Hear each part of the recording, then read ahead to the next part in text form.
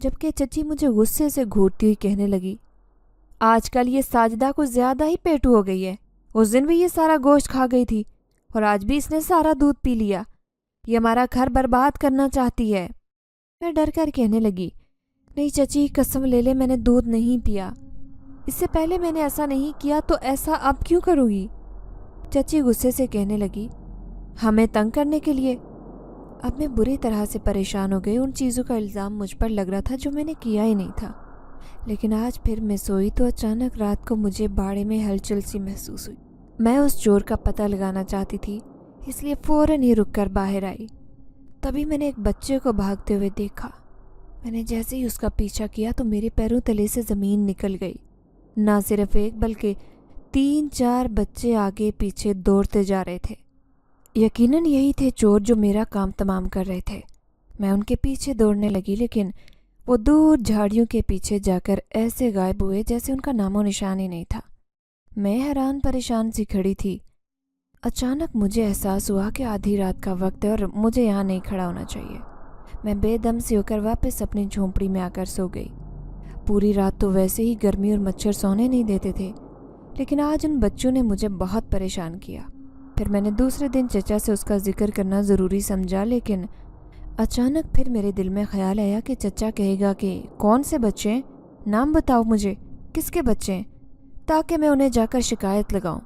تو میں انہیں کیا کہوں گی؟ مجھے تو ان کے بارے میں کچھ معلوم ہی نہیں ہے۔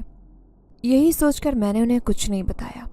دل میں خیال آیا کہ پہلے پتہ لگاؤں گی کہ یہ بچے کون ہیں، کہاں سے آتے ہیں، اس کے بعد ہی چچا کو ان کے بارے میں بتاؤں گی۔ پھر اس رات میں طاق میں بیٹھی تھی لیکن باڑے میں کوئی ہلچل نہیں ہوئی۔ لیکن اگلے دن چچی کے ہوش اڑ گئے۔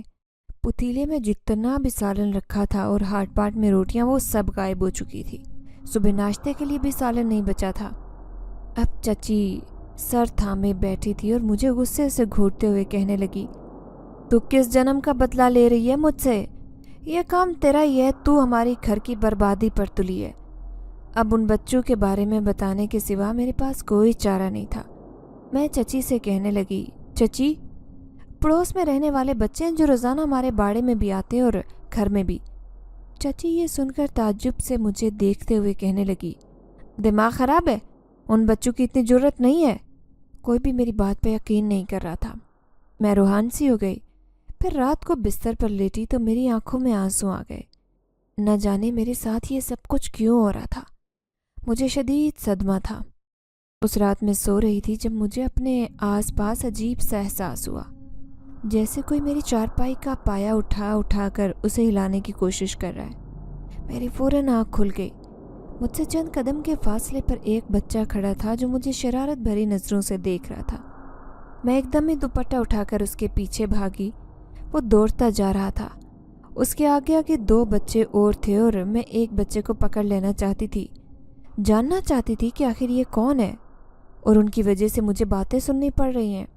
وہ دور تک بھاگتے جا رہے تھے جبکہ میں بھی ان کے پیچھے بھاگتے بھاگتے بہت آگے آ گئی۔ یہاں پر کھیت ہی کھیت تھے، نہ جانے کون سے درخت کے پیچھے جا کر غائب ہو گئے، اور اب ان کے نہ تو قدموں کے نشان تھے اور نہ ہی شور کی آواز۔ میں پاگلوں کی طرح ادھر ادھر دیکھنے کی کوشش کر رہی تھی۔ اے لڑکی، یہاں کیا کر رہی ہے؟ مجھے اپنے پیچھے کڑک دار آواز سنائی دی۔ میں گھبرا کر پلٹی۔ سامنے ہی ایک نوجوان کھڑا تھا۔ اس کے ہاتھ میں ایک بھالا تھا۔ یقیناً وہ پانی لگا رہا تھا کھیتوں میں۔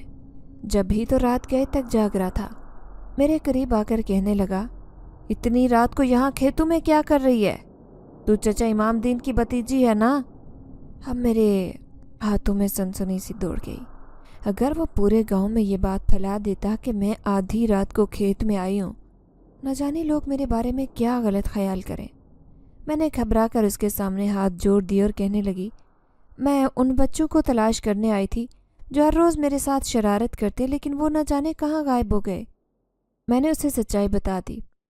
پھر میں اسے کہنے لگی کہ خدا کے لیے کسی کو نہ بتانا کہ آدھی رات کو میں ان کھیتوں میں آئی تھی، ورنہ میں بدنام ہو جاؤں گی۔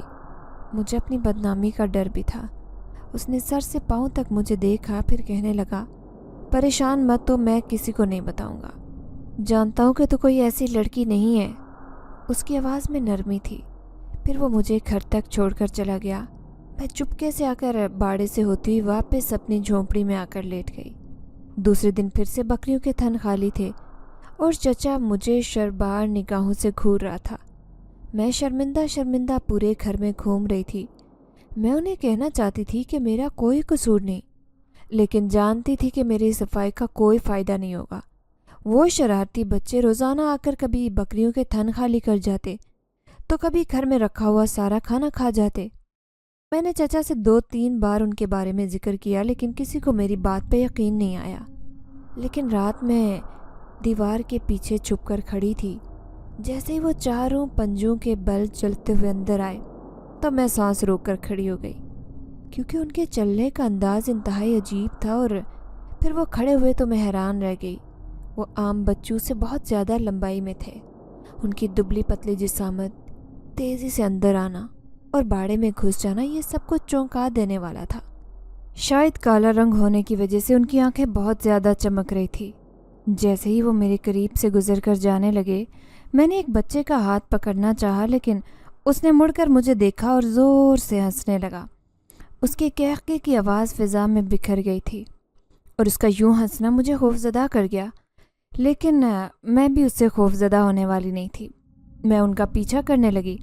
بھاگتے بھاگتے وہ بہت تیزی سے ان جھاڑیوں کی طرف آ گئے، جہاں اس کے پیچھے جا کر وہ غائب ہو جاتے تھے۔ میں جیسے ہی ان جھاڑیوں کے پیچھے آئی، ان چاروں بچوں کا نام و نشان بھی نہیں تھا، جبکہ میں منہ پر ہاتھ رکھے کھڑی تھی۔ مجھے ابھی تک یقین نہیں آ رہا تھا کہ میرے سامنے موجود بچے ایک دم سے کیسے غائب ہو سکتے ہیں۔ آج پھر تمہیں ان بچوں نے پریشان کیا کیا؟ میرے پیچھے آواز آئی تو میں نے پلٹ کر دیکھا، وہی نوجوان میرے پیچھے کھڑا تھا۔ میں شرمندگی سے دو چار ہو گئی۔ آج پھر اس نے مجھے کھیتوں میں دیکھ لیا تھا۔ میری حالت رو دینے والی تھی۔ میں شرمندہ لہجے میں کہنے لگی، نہ جانے کہاں غائب ہو گئے، مجھے پریشان کیوں کر رہے ہیں؟ آخر میں نے ان کا کیا بگاڑا؟ تبھی وہ 2 قدم چلتا ہوا میرے قریب آیا اور کہنے لگا، دیکھو لڑکی، ان کا کھوج نہ لگاؤ تو بہتر ہے۔ تم نہیں جانتی ان درختوں اور جھاڑیوں کے اطراف میں آسیب کا بسیرا ہے۔ تم جتنا ان کے پیچھے بھاگو گی وہ تمہیں اتنا ہی پریشان کریں گے۔ اس نے تو یہ کہہ کر میرے پیروں تلے سے زمین نکال دی۔ میں جلدی سے اس سے کہنے لگی، مجھے ایسی باتوں پر یقین نہیں ہے۔ تو وہ کہنے لگا، لیکن مجھے ایسی باتوں پر پورا یقین ہے۔ میں اکثر راتوں کو کھیتوں میں پانی لگانے آتا ہوں۔ میں نے اسی جگہ پر ایک عورت کو بھی چلتے پھرتے دیکھا ہے، اور ان کے بچوں کو بھی۔ یہ ایک پورا خاندان ہے جو یہاں آباد ہے۔ کئی دن سے مجھے وہ عورت دکھائی نہیں دی۔ اس کا مطلب ہے کہ اس کے بچے تبھی پریشان ہیں۔ کبھی تو وہ کھانے کی تلاش میں ادھر ادھر بھاگتے پھرتے ہیں۔ اس نوجوان کا ہر لفظ سچائی پر مبنی تھا۔ مجھے پورا یقین ہو گیا کہ یہ مجھ سے بالکل سچ کہہ رہا ہے۔ سچ میں کوئی ایسی بات تھی۔ مجھے البتہ ایسی کہانی پر یقین نہیں آ رہا تھا۔ میں سوچتی سوچتی گھر آ گئی۔ کیا سچ میں وہ بچے انسانی نہیں بلکہ جنات کے بچے ہیں؟ ایسے ہی عجیب سوچیں میرے ذہن میں سوار تھی، لیکن اس بار وہ آئے تو میں نے دیکھا وہ بھوک سے بےتاب تھے۔ آتے ہی باڑے میں گھس گئے اور بکری کے تھن سے دودھ نکال کر سارا دودھ پی لیا۔ میں خاموشی سے یہ منظر دیکھ رہی تھی۔ آج میں نے ان کا پیچھا نہیں کیا تھا، لیکن جاتے جاتے انہوں نے پلٹ کر مجھے دیکھا۔ ان کی آنکھوں میں عجیب سی چمک تھی۔ میں نہیں جانتی تھی کہ وہ ابھی تھوڑی دور جا کر غائب ہو جائیں گے، اسی جگہ پر جس جگہ کو نوجوان نے آصف زدہ بتایا تھا، لیکن ان میں سے ایک بچہ وہیں رک گیا جس کی مجھے خبر نہیں تھی۔ جیسے ہی وہ بچے یہاں سے غائب ہوئے میں بھی سونے کی تیاری کرنے لگی، لیکن اچانک مجھے اپنی چارپائی ہلتی محسوس ہوئی۔ میں نے جیسے ہی چارپائی کے نیچے جھانک کر دیکھا تو بے اختیار میرے منہ سے چیخ نکلی۔ وہ خوفناک شکل والا بچہ میری چارپائی کے نیچے چھپا تھا۔ میں دہشت زدہ سی وہیں پر سمٹ کر بیٹھ گئی۔ وہ میرے سامنے آیا اور معصومیت سے کہنے لگا، آج آپ نے ہمارا پیچھا کیوں نہیں کیا؟ اس کی آواز کھردری اور بھاری تھی۔ میں سہمے ہوئے لہجے میں کہنے لگی، کیونکہ مجھے تمہاری حقیقت معلوم ہو گئی ہے کہ تم کوئی عام مخلوق نہیں بلکہ ایک دوسری مخلوق ہو جو انسانی نظر سے پوشیدہ رہتی ہے۔ حالانکہ میں اندر سے ڈر رہی تھی، لیکن میں جاننا چاہتی تھی کہ سچائی کیا ہے۔ یہ سن کر وہ زور زور سے ہنسا اور کہنے لگا، ہاں، لوگ ہم سے خوف زدہ ہو جاتے ہیں، لیکن ہم بھی کسی کے ہاتھ نہیں آتے۔ اب دیکھو ہماری ماں نہ جانے کہاں چلی گئی ہے، اور ہم بھوکے پیاسے ایسے ہی مر رہے تھے، لیکن تبھی ہمیں یہ قریبی باڑہ نظر آیا۔